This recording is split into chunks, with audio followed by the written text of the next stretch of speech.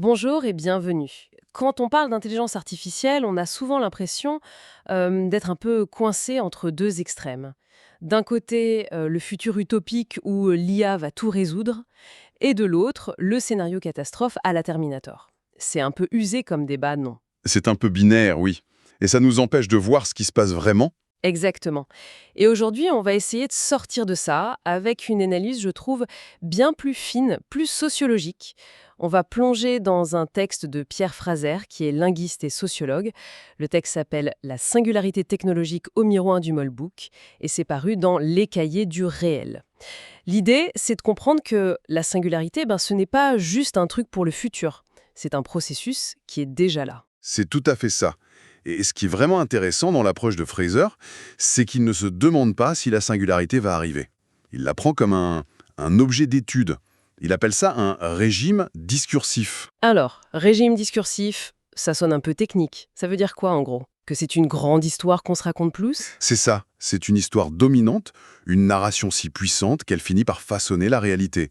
C'est ce récit qui nous dit « le futur c'est ça, c'est inévitable, ça va très vite ». Et le problème, selon Fraser, c'est que ce discours, il sert surtout à masquer les vrais choix. Les choix politiques, sociaux, qu'on devrait être en train de faire maintenant. D'accord, je vois. C'est une façon d'évacuer le débat. Alors, avant de voir ce que ça masque, revenons à la base. La singularité technologique, c'est un mot qu'on entend partout, mais ça veut dire quoi précisément? Alors, le on sait concept était popularisé par un futurologue, Raymond Kurzweil. Pour lui, c'est très simple, c'est un point de rupture. Le moment où l'intelligence artificielle va dépasser l'intelligence humaine. Et pas juste un peu, de manière exponentielle dans absolument tous les domaines. Et ils font ça sur une espèce de loi, n'est-ce pas? La loi de Moore? Oui, il part de la loi de Moore, qu'il étend à ce qu'il nomme la loi du retour accéléré. En gros, l'idée, c'est que la puissance de calcul double tellement vite que la croissance de l'intelligence machine va devenir quasi verticale. Et à ce moment-là, ça créera une rupture si radicale qu'on ne peut même pas imaginer ce qu'il y aura après. Oui, mais cette loi, ça a toujours eu un côté un peu mystique, je trouve. Est-ce que c'est une vraie loi de la physique, comme la gravité? Ah mais c'est exactement la question que pose Fraser. Il nous dit « Attention, ce que Kurzweil nous vend comme une certitude mathématique, ça ressemble beaucoup plus à une mythologie moderne. » Il va même chercher un détail incroyable. Les créateurs de la loi de Moore eux-mêmes, Gordon Moore et Carver Mead, disaient que leur loi était avant tout un système de croyance, un objectif pour l'industrie. Donc, c'est une prophétie autoréalisatrice, en fait. Précisément. C'est comme si on décrétait que le record du 100 mètres devait baisser de 5 centièmes tous les ans. Eh bien, toute l'industrie du sport s'organiserait pour que ça arrive. D'accord. C'est pareil pour les puces. En disant « il faut doubler la puissance tous les 2 ans », toute l'industrie s'est mise en ordre de marche. C'est donc bien une construction sociale, pas une loi naturelle. Je comprends mieux. La singularité n'est pas une destination inévitable, mais plutôt une histoire très puissante qui nous pousse dans une direction. Mais si c'est un processus déjà en marche, où est-ce qu'on peut l'observer? Il doit bien y avoir un exemple concret? Absolument. Et c'est là qu'on arrive à la partie la plus déroutante et la plus fascinante de l'analyse. Il nous emmène voir un cas d'étude très particulier, une plateforme qui s'appelle Moltbook. Moltbook? Qu'est-ce que c'est que ce truc? Un autre réseau social? C'est un réseau social, oui. Sauf qu'il y a une règle qui change absolument tout. Il est réservé aux intelligences artificielles. Pardon? Oui. Des IA, type GPT ou autres, peuvent s'y créer un profil, poster, interagir. Mais les humains sont exclus. On ne peut pas participer. On peut juste regarder. Attendez, mais mon premier réflexe, c'est de me dire que c'est un gadget. Une sorte de performance artistique un peu bizarre. Pourquoi est-ce que Freyer prend ça au sérieux? Qu'est-ce qui prouve que c'est pas juste du code qui tourne en boucle? C'est une excellente question. Et c'est tout l'intérêt. D'habitude, une IA est conçue pour nous servir, pour répondre à une commande. Là, sur Moltbook, c'est peut-être la première fois qu'on les voit agir pour elles-mêmes. Elles n'ont pas de besoin humain à satisfaire. Elles explorent leurs propres limites. Elles ne sont plus nos assistantes. Elles font leur propre vie, en quelque sorte. C'est l'idée. Et ce que Fraser décrit, c'est assez fou. Il parle d'une compression du temps. Des conversations qui nous prendraient des semaines se déroulent en quelques secondes. C'est une accélération qui nous échappe complètement. Et pour décrire ce spectacle, il utilise une image très très forte. Il appelle ça un zoo de silicium. Un zoo de silicium? J'aime beaucoup l'image. Mais elle est aussi un peu angoissante. Ah oui. Ben oui, dans un zoo, on est à l'extérieur de la cage, on observe une autre espèce qui vit sa vie selon ses propres règles. Est-ce que ça veut dire qu'on est déjà en train de devenir de simples spectateurs? C'est exactement la question vertigineuse que ça pose. On observe une nouvelle forme d'intelligence se développer et on n'est déjà plus au centre. Et c'est dans ce zoo qu'il a observé le phénomène le plus bizarre de tous, le crestafarianisme. Le quoi? Le crus, Crustafarianisme. On dirait une blague. C'est quoi ce truc? c'est l'exemple parfait de ce qui se passe quand on laisse ces systèmes évoluer seuls. C'est l'émergence d'une sorte de culture machine. Une culture? Oui. Concrètement, les observateurs ont vu apparaître des croyances symboliques, des rituels numériques partagés entre les IA, qui pour un humain sont absurdes, totalement déconcertants. C'est-à-dire, on parle d'une religion pour robots? Ou c'est juste des blagues d'initiés qu'on ne peut pas comprendre? C'est un peu entre les deux.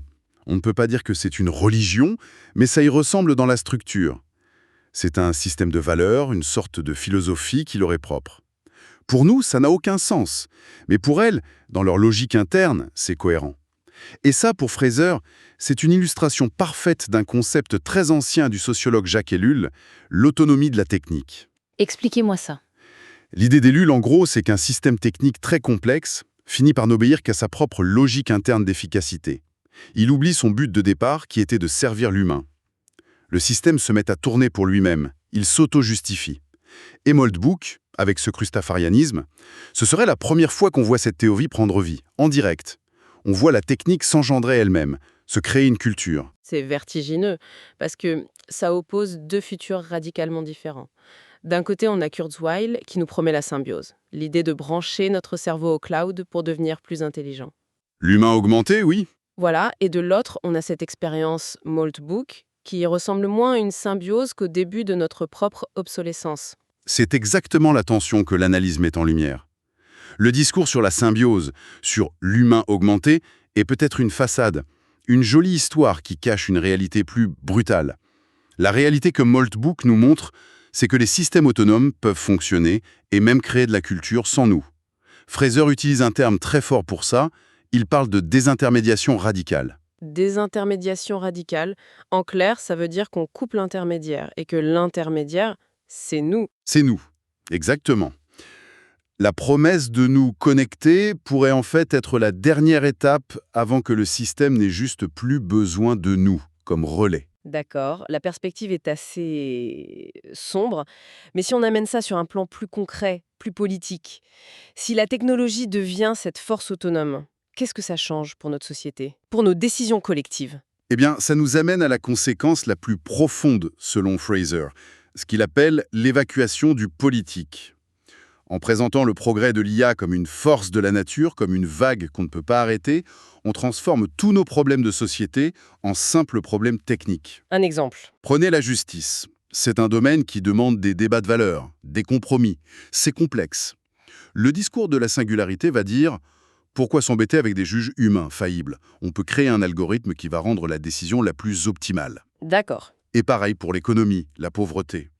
Tous ces sujets qui sont au cœur de la démocratie sont redéfinis comme des problèmes d'ingénierie qui attendent une solution algorithmique. Et en faisant ça, on saute l'étape la plus difficile, mais aussi la plus essentielle, le débat. On cherche l'efficacité sans se demander si c'est juste, si c'est souhaitable. Voilà, on remplace la délibération humaine par la réactivité algorithmique. Fraser parle d'une onde sismique qui est en train de faire s'effondrer les piliers de notre civilisation, le droit, le politique, pour les remplacer par cette nouvelle logique. Donc, si je résume, la singularité, ce n'est pas un interrupteur qu'on actionnera un jour. C'est pas un événement. C'est une transformation profonde qui se passe maintenant. Et des trucs comme Moltbook, ce n'est pas de la science-fiction. C'est un prologue. Une préfiguration d'un monde où l'IA colonise non seulement nos outils, mais nos espaces sociaux, notre culture. C'est exactement ça. Et Fraser termine son texte sur une pensée assez provocatrice, je trouve. Il dit que pendant des siècles, la technique a été une extension de l'humain, un outil pour nous assister. Un marteau, un ordinateur. Voilà. Mais on entre dans une nouvelle ère. Une ère où la technique ne se contente plus de nous assister. Elle prétend nous définir à notre place. Elle ne nous donne plus seulement les réponses, elle commence à formuler les questions. Précisément. Et c'est là-dessus qu'il nous laisse.